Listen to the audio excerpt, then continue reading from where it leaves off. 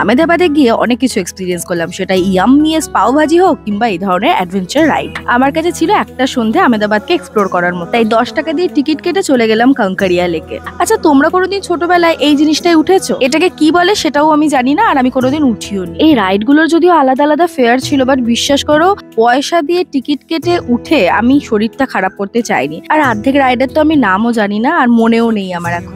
আগের দিন তোমরা অনেকেই সঠিক উত্তর দিয়েছো, তার মধ্যে থেকে উত্তম, প্রিয়াঙ্কা আর দেবস্মিতা, তোমাদের তিনজনের নামটি আজকে শাউট আউটে নিলাম। Glass tower, flying theatre, illusion হাউসের মতো এত ইন্টারেস্টিং সমস্ত জিনিস মাত্র 500 টাকা টিকিট কেটেই এনজয় করা যেতে পারে, বাট টাইমটা ক্রস হয়ে গেছিল বলে আমরা আর যেতে পারি। কাঙ্কারিয়া এলাকার ভেতরেই খাবারের প্রচুর স্টল রয়েছে, সেখান থেকে পাও ভাজি অর্ডার করেছিলাম, এন্ড ট্রাস্ট মি, এটা ছিল আমার জীবনের বেস্ট পাও ভাজি। তোমরা কি বলতে পারবে পাও ভাজি আসলে কোন রাজ্যের খাবার? যারা সঠিক উত্তর দেবে তাদের মধ্যে থেকে 3 জনের নাম আমি নেক্সট ভিডিওতে নেব। হোটেলে তাড়াতাড়ি ফিরে আসতে হলো, কারণ কালকে একদম ভোরবেলা উঠতে হবে, তার আগে পুরো মেসটা আমাকে ক্লিন করতে হবে। তো চলো, আজকের মতো টাটা, মিলতে হে কাল। ওকে, বাই।